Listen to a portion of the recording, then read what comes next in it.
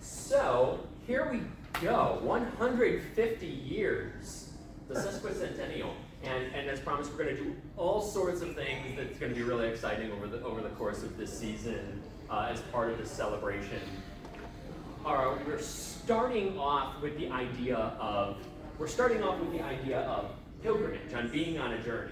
So the people of St. James, we've absolutely been on a journey for 150 years. From the time that the church burned down in the Great Chicago Fire, praying to God, praying with one another, trying to determine how do we move forward from this, right? I mean, all of us have probably at some point in our lives faced some kind of adversity and probably been wondering, how do we move forward from this, right? What's the next step? How do we do this? And so we're living into a tradition of a whole people of God at St. James that walked that journey for 150 years, but by faith, right? They didn't know, right? They didn't know what the next best course of action was going to be. All they knew is that they had to walk faithfully with one another.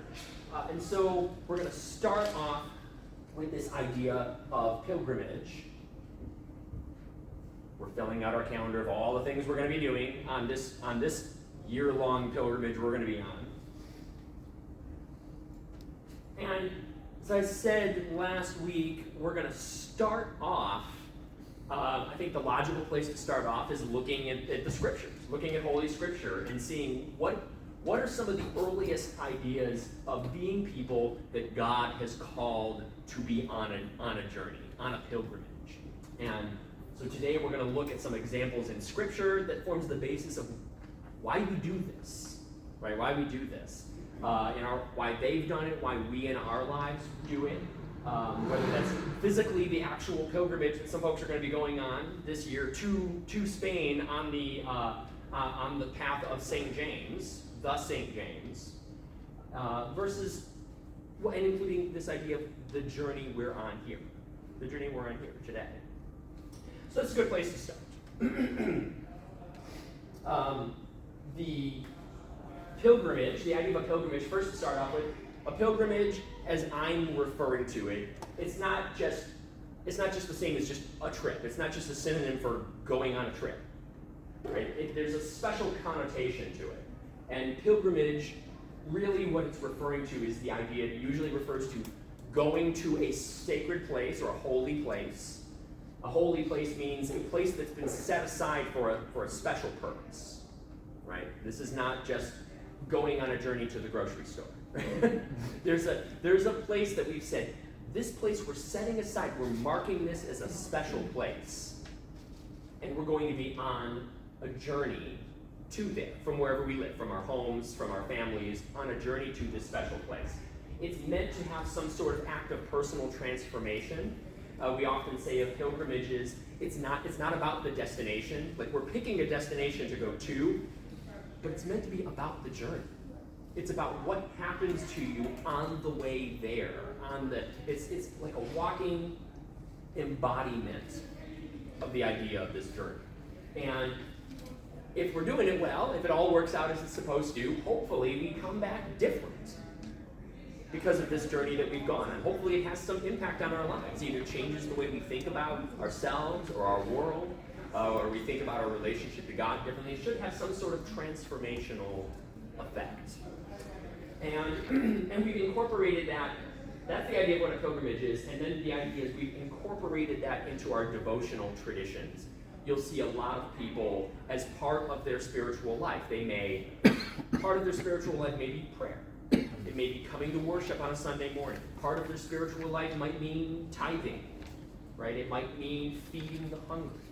Part of their spiritual life might be starting with morning prayer every morning as part of your daily discipline. But for many people, part of their devotional life is this idea of going on pilgrimages. And this isn't unique to just Christianity. I mean, there's lots of faith traditions for whom the idea of there being an annual tradition. There's an annual pilgrimage I go on to the Holy Land. Say like the Hajj, right? I go to Mecca. At least once in my life, I'm supposed to go on this trip to Mecca. And then there's certain Muslims they'll make a big point of saying, every year we have a tradition of we go on our annual pilgrimage to Mecca. You have to have certain means to be able to do that. But that's kind of a corollary to, say, a lot of Christian traditions where there's the idea of, say, traveling to Jerusalem on a pilgrimage. Every year I go to Jerusalem. I don't go to Jerusalem. But for some people, it's part of a devotional practice. Being on that regular journey, being a part of the rhythm of my life. So it can just be a one-time thing, but it also could be a recurring devotional discipline in someone's life. I've always wanted to go travel on Paul's journey. Anybody ever do that? You can do these trips where you can go and trace Paul's footsteps. I did that for Greece. Next trip, okay. That sounds like a really neat idea of a pilgrimage to me, to be in that space and to kind of travel where he traveled, to feel what that's. It's one thing to just read the letters, but I imagine, did you find this to be the case? I imagine it's meaningful to be like, oh, this is his journey. This is where he went from village to village, from town to town, when he was writing these letters. We were supposed to go to Israel, and that was when the October, like a couple days after the October 6th, and so this trip pivoted to Paul's journey through Greece. Okay. Yeah, it was a good visit. It was really good. Neat, very neat. Well, someday it's on my bucket list. Yeah. That's. So we're going to look. That's what we're going to do today. We're going to look at just a couple of examples for Scripture. If we zoom right through it, we'll see if we can get to I got 4 examples that I pulled from the Bible, and there's 4 corresponding passages of Scripture about where we build this idea that a pilgrimage is a thing we could do or we should do. One of the earliest examples of that we see in the book of Genesis. So this is the first reading. It's two-sided. So there's a side that starts with Genesis at the top. And there's a place in the Holy Land here. You can see it's right there. It says it's Bethel. And Bethel literally, in Hebrew, Bethel literally means house of God. Bethel. And this is very early on in the tradition. So we're talking about Jacob, one of the sons of Isaac. You had Esau and Jacob. You know your background of them. They were the twins. Esau was Isaac's favorite. He was supposed to get the birthright. Even when he was born, Jacob was already grabbing onto him and grabbing onto his leg and hanging on for dear life when he was born. Or that's why Jacob refers to it, means the heel, or holding the heel. He's always right there on his brother's heel. They're twins. But he was the second twin. So I don't know if anybody else are twins, but I hear twins always talk about, yes, but I'm the first twin. Right. I'm the older twin, 5 seconds older, but I'm the older one and matters. You're the younger twin. So there was always a rivalry between Esau and Jacob. Then they had a moment. Jacob, a little bit of a trickster, stole Esau's birthright. Right? This is when Isaac was blind in old age.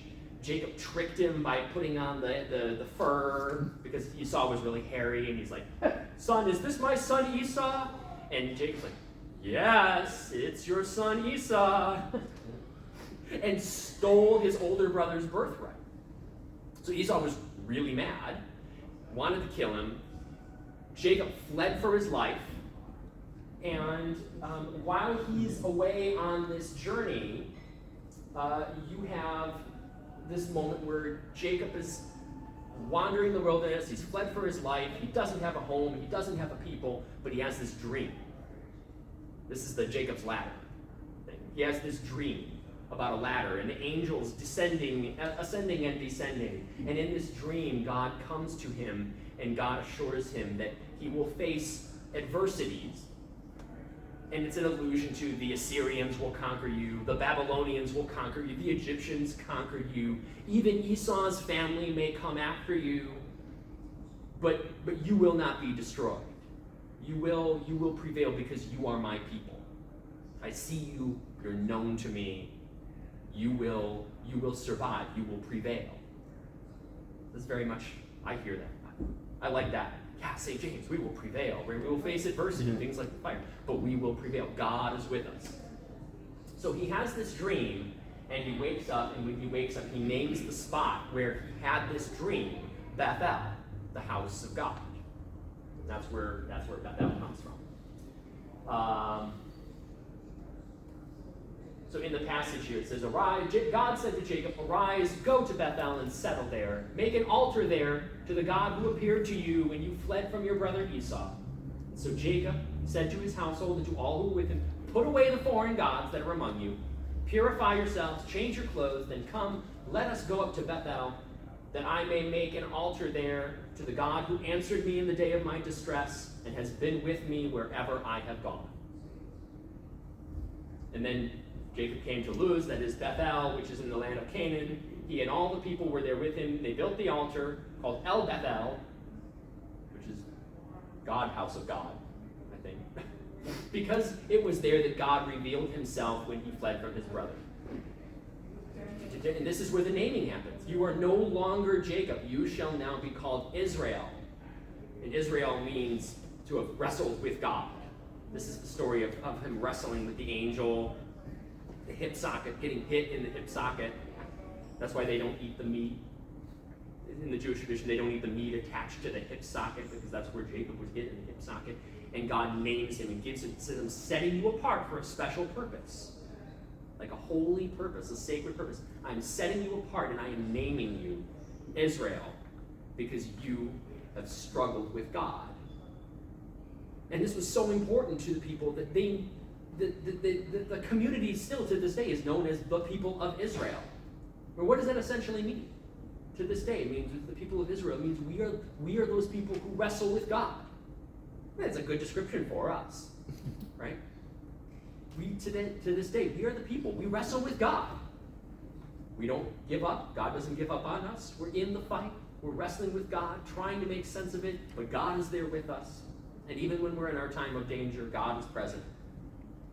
And God says, "You be fruitful and multiply, and a nation and a company of nations shall come from you, and kings shall spring from you. The land that I gave to Abraham and Isaac I will give to you, and I will give the land to your offspring after you." So Jacob called the place where God had spoken with him Bethel, house of God. So it may not be entirely surprising that part of a tradition that came from that was people who make a point of traveling to Bethel.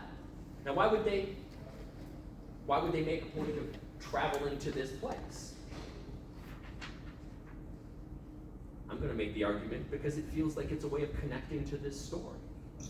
Right?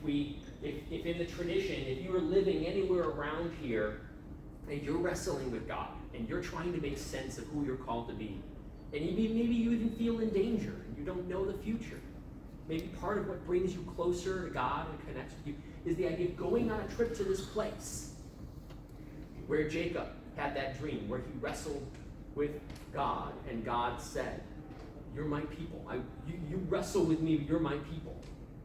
And you will be fruitful and you will multiply." It's a way of connecting to that story.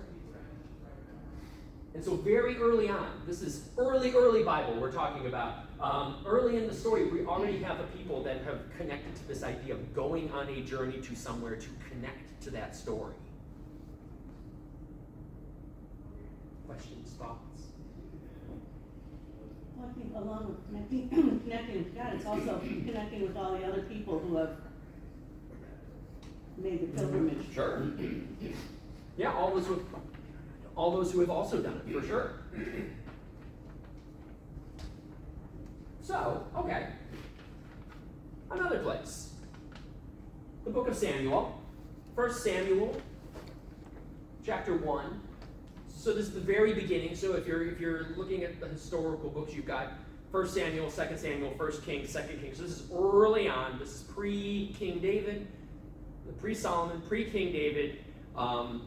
Samuel chapter 1 is even pre-Samuel. This is the story. This is the beginning of the story. You've got a place.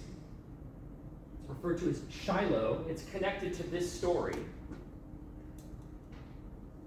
There was a certain man of Ramathaim whose name was Elkanah, son of Jeroham. He had 2 wives. The name of one was Hannah. The name of other was Peninnah. Peninnah had children, but Hannah had no children. Now this man used to go up year by year from his town to worship and sacrifice to the Lord of hosts at Shiloh. So year by year. So he's already doing a pilgrimage here. Every year he's going. He's got these 2 wives, one of whom has children, one of whom has no children. Every year he goes on this pilgrimage. And while he's there, he meets with the priests. And on the day when Elkanah sacrificed at the temple, he would give portions to his wife Peninnah and to all of her sons and daughters. But to Hannah he would give a double portion because he loved her, although the Lord had closed her womb. Right? So she had no children. She wasn't having children. It wasn't successful, right? It wasn't. You get what they mean. The Lord had closed her womb. But it's interesting. So he's not giving up, though, right? Elkanah is not giving up. Every year he's still going, trying to pray for this outcome, trying to show favor upon Hannah.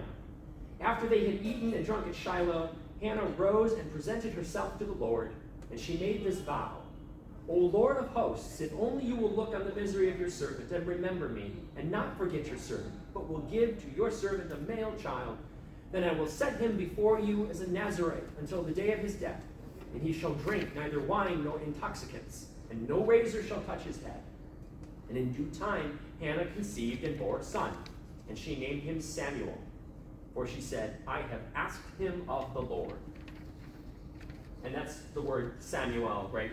Could be translated as God heard. Like, I've been coming to Shiloh, asking for God's favor, faithfully coming year after year, asking for God's favor, and God heard me.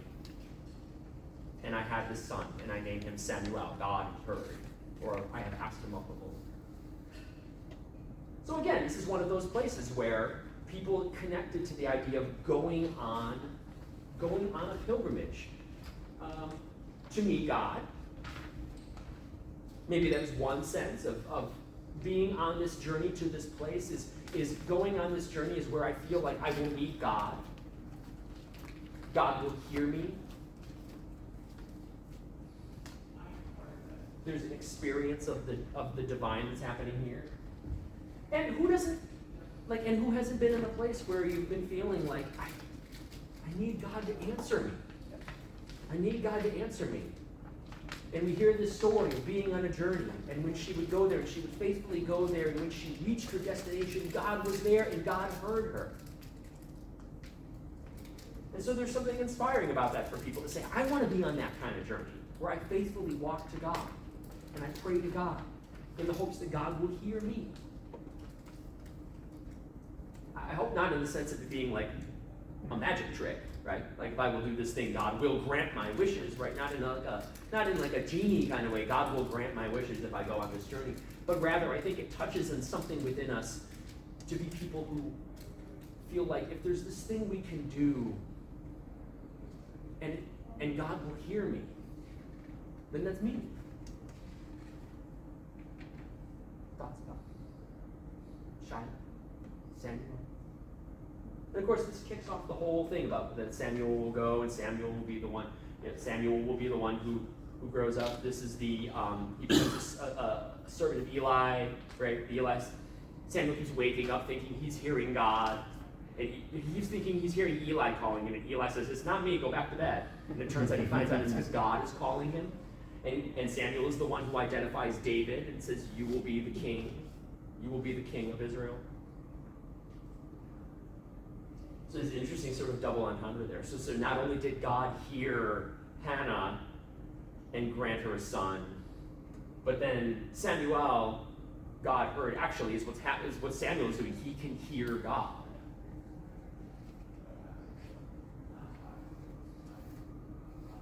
So marking that, set apart. Something special happened in this place, and going to it helps connect us to it.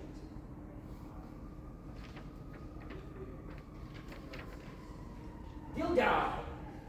Okay, so we've got, let's see, where we go. We got Bethel. We've got Shiloh. We're coming over to Gilgal. These all seem pretty close together, but at least for the time being, that's because this is the world we're hearing of in the Bible. So they're not going to talk about Bangkok or anything anytime soon. Right? This is the world they live in. So this is where the special places are. So you've got Gilgal. If you flip it over, now we're looking at Joshua. This is Joshua chapter 4. So what's happened here, you've got the book of Joshua. So, excuse me, you had the Exodus. Moses led the Hebrews from their slavery in Egypt, led them out into the wilderness in the promise that God had said, I will lead you to the promised land where your people will prosper. And it says they journeyed for 40 years. Took them a while to get there. But there's a pilgrimage for you, right? They were on a journey for 40 years. And it's not that big. And it's not that. You've got to think they had to have gotten turned around and retraced their steps at some point, because it doesn't take 40 years to cross that place. Nevertheless, so where you are in the story here is they've reached the land of Canaan. They have to cross the Jordan River right here. They're going to cross the Jordan River. And when they cross the Jordan River onto the other side, that's where Gilgal is. So if they cross the shore onto the other side on their way, and they're on their way to Jericho, that will be the whole falling of the walls of Jericho and all that. We're not there yet. Where we are now is they've been on 40 years of journeying. They've reached the river. God has said to them, almost in a Red Sea kind of way, God has said, I will part the river and you will cross through on dry land. And while you are there, I want a member of each of the 12 tribes of Israel, right? Whose 12 sons are these? They're Jacob's 12 sons, right? That's Jacob again. Right? Jacob has had these 12 sons, and each of them will be named for the tribes of Israel, except for Levi. Poor Levi. But he says that each of the tribes of Israel take one of the stones from the bottom of the now dry riverbed and carry it out with you, and you'll plant these stones. And this is what Gilgal actually means, is like a circle of stones. And we're going to mark this place with these stones that could have only come from the dry riverbed, that could only be out of this bottom of this river, but by a miracle. And we're going to show this miracle by walking onto the other side on dry land and placing these stones and remembering what God did for us, to bring us in safety and dryness to this place. So when the entire nation had finished crossing the Jordan, the Lord said to Joshua, take 12 stones from here out of the middle of the Jordan, from the place where the priest's feet stood, carry them over with you and lay them down in the place where you camp tonight. Joshua summoned 12 men from the Israelites, one from each tribe. And Joshua said to them, pass on before the ark, the Lord your God, in the middle of the Jordan. Each of you take up a stone on his shoulder, one for each of the tribes of the Israelites, so that this may be a sign among you. When your children ask in time to come, what do these stones mean to you? Then you shall tell them that the waters of the Jordan were cut off in front of the ark of the covenant of the Lord. When it crossed over the Jordan, the waters of the Jordan were cut off. So these stones shall be a memorial forever. On that day, the Lord exalted Joshua in the sight of all Israel, and as they stood in awe of him, as they stood in awe of Moses all the days of his life. The people came up out of the Jordan on the 10th day of the first month, and they camped in Gilgal at the eastern border of Jericho. Those 12 stones, which they had taken out of the Jordan, Joshua set up in Gilgal, saying to the Israelites, when your children ask their parents in the time to come, what do these stones mean? You shall let your children know. Israel crossed over the Jordan here on dry ground. For the Lord your God dried up the waters of the Jordan for you until you crossed over, as the Lord your God did to the Red Sea, which he dried up for us until we crossed over, so that all the peoples of the earth may know that the hand of the Lord is mighty, and so that you may fear the Lord your God forever. So are those 12 rocks still there? Are there 12 rocks that symbolize 12 There might rocks? be 12 rocks there. Are they the? There's lots of disagreement. And actually, there's several other areas that are also Okay. referred to as Gilgal that Okay. also have stone circles. They're like Stonehenge kind of thing. Gotcha. Was curious. But it's a good question, because you can actually find a map of, like, these are the 12 places that have been called Gilgal, and they're like, look, that's one of the stones. And of course, this is the book of Joshua, and so, is this historically factual? Like, probably not. There's no archaeological evidence to suggest that this actually happened in this way. But there's a truth in it. This is always my pitch of, even if it's not factual, it's truthful. That's what I always said, the difference between fact and truth, right? Is the meaning behind it is to say, God helped us, God spared us on this journey, God brought us in safety to this place. It could have only been through the help of God. And we want to mark this and say, this matters, and we want to hand it down to our children and tell our children about this journey, so they can come to this place and they can remember that God is mighty. God did this thing for us. God saved us. God is mighty, and we can always come back and we can remember that. And so there's a pilgrimage aspect of the remembrance, of the going and walking the journey, like the Paul journey. There's an act of going and walking the footsteps of your ancestors and remembering what God did for them. By extension, hopefully, what God is doing in us. Right, here we are, the people of St. James, in 2025, walking on a faithful journey and needing to remember, sometimes, needing to remember God is mighty. So we're not going to go to Gilgal for our pilgrimage, but we're going to go to St. James instead. But I hope, my pitch is, I hope you can see why this would be something that would feed into that idea of being on a journey to a thing that helps connect us to our past generations, that past promise of God.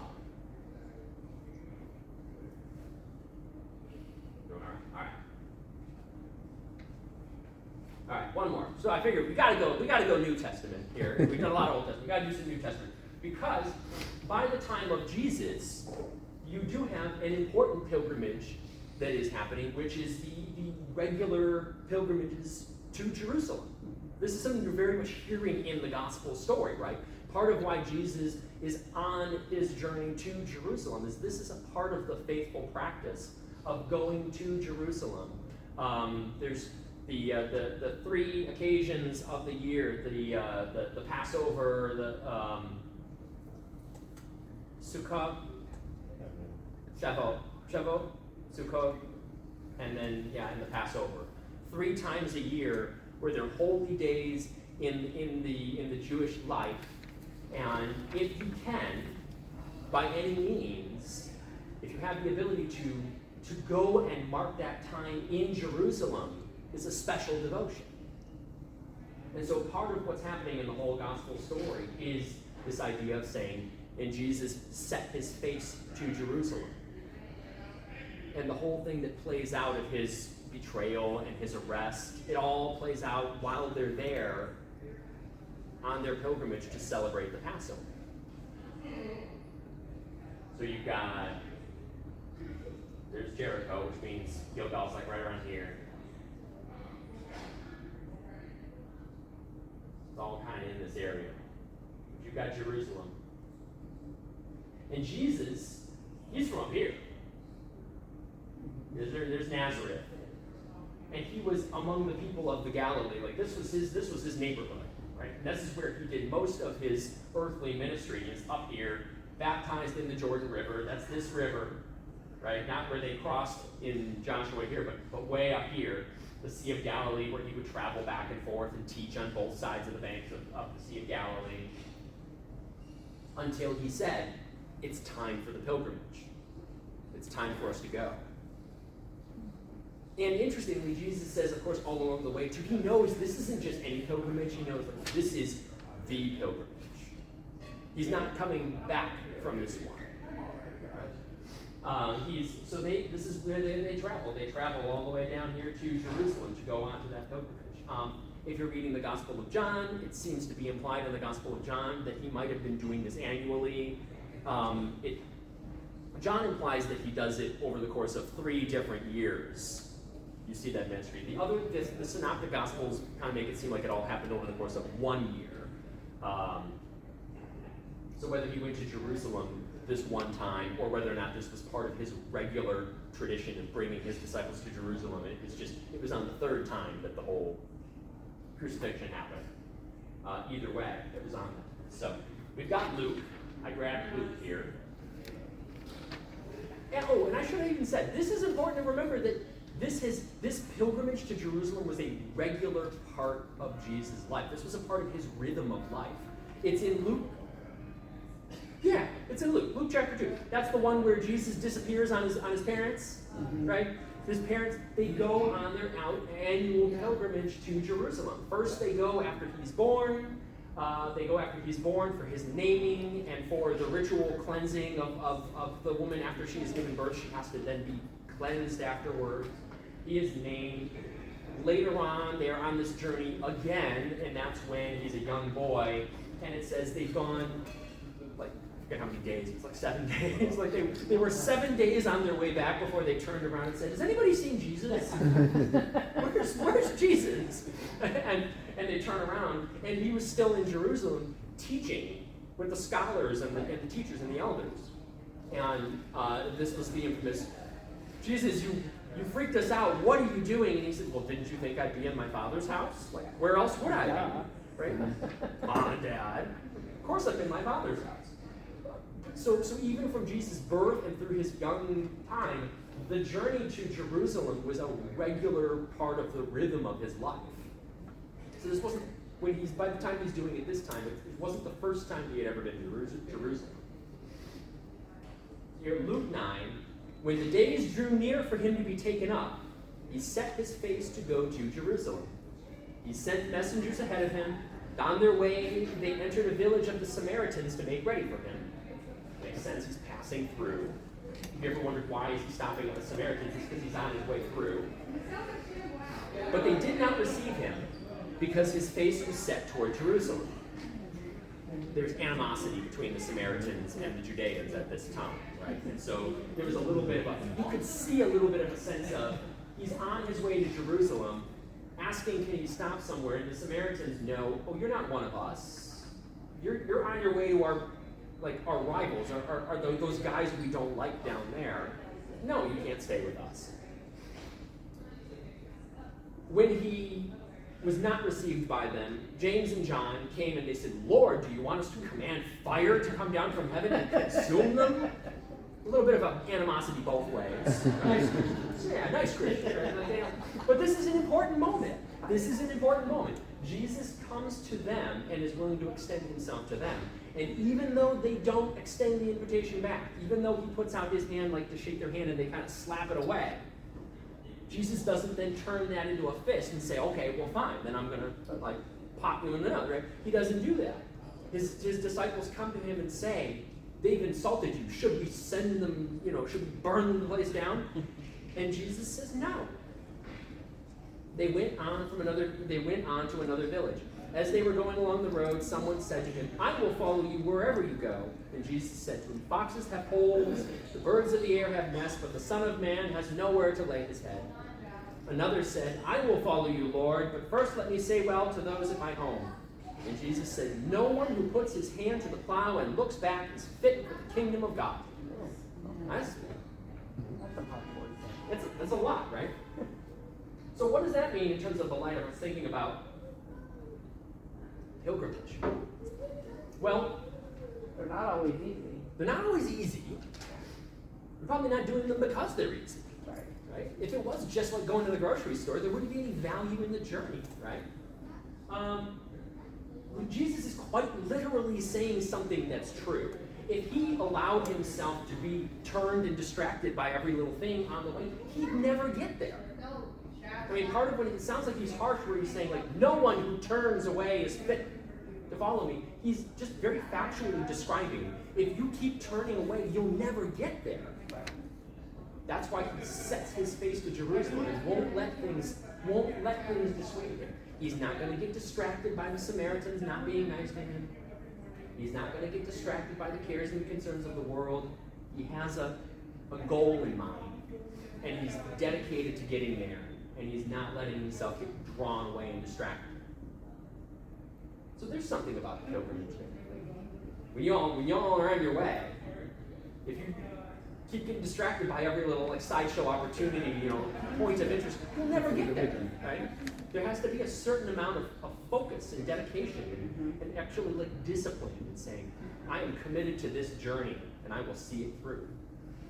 I think that's certainly something that people St. James demonstrated here. If they were trying to rebuild, right? It's a different way of looking at this though. If you look back, and speaking as a Camino veteran, Sure. looking back is important because you look back and you see, oh my gosh, I walked over the How far you mountains, and it's like, holy smokes. And also looking back to make sure you don't forget anything whenever you stop. It's an important thing to do. So I would take issue with Jesus All right. here and say, no, you should look back. Because it's strength, it's Not to dwell on it, but to learn and to be amazed. It's like, oh, this is not something that I did on my own. This is what God has accompanied me through the past. So fair enough. So, Fair enough. You're right. We should probably draw a distinction. Yes, I would say Jesus.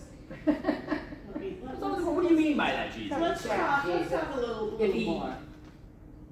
Because for me, that's an important part. Right, and I think, and you're right. There's a big difference between looking back to appreciate where you've been and where you are now versus looking back because you're getting distracted by other things. Like those are two very different looking backs, right? Right. So When to you that end. track that you get accomplished, and when it's looking back to admire what has been done. Well, and if stopping and looking back is making you like stop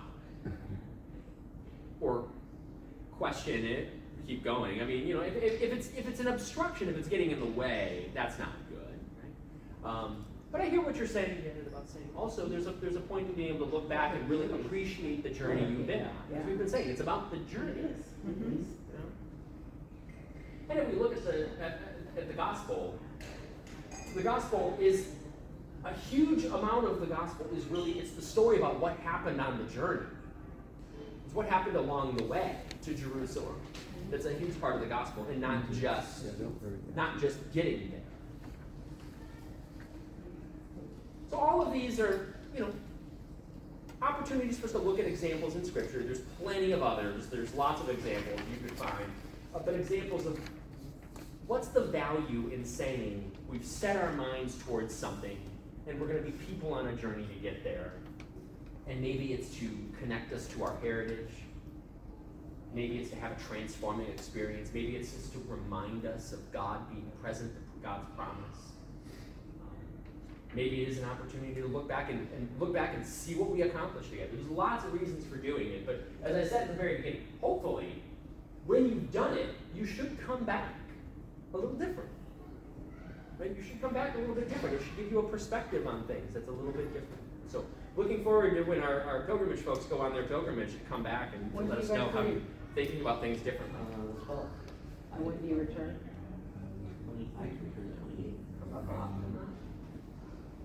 Next Sunday, Stephen Bouzzard is going to be with us. Canon Bouzzard is going to be here for the forum next Sunday to be talking about some of the musical traditions at St. James and that journey we've been on. So he's fitting us into his busy choir schedule. He's going to take a day off from rehearsing with the choir to come on and be with everybody here. So not one to be missed, because it's always good to hear from you. Otherwise, everybody, Thank you. Thank you. stay on the journey. Stay on the pilgrimage. Thank you.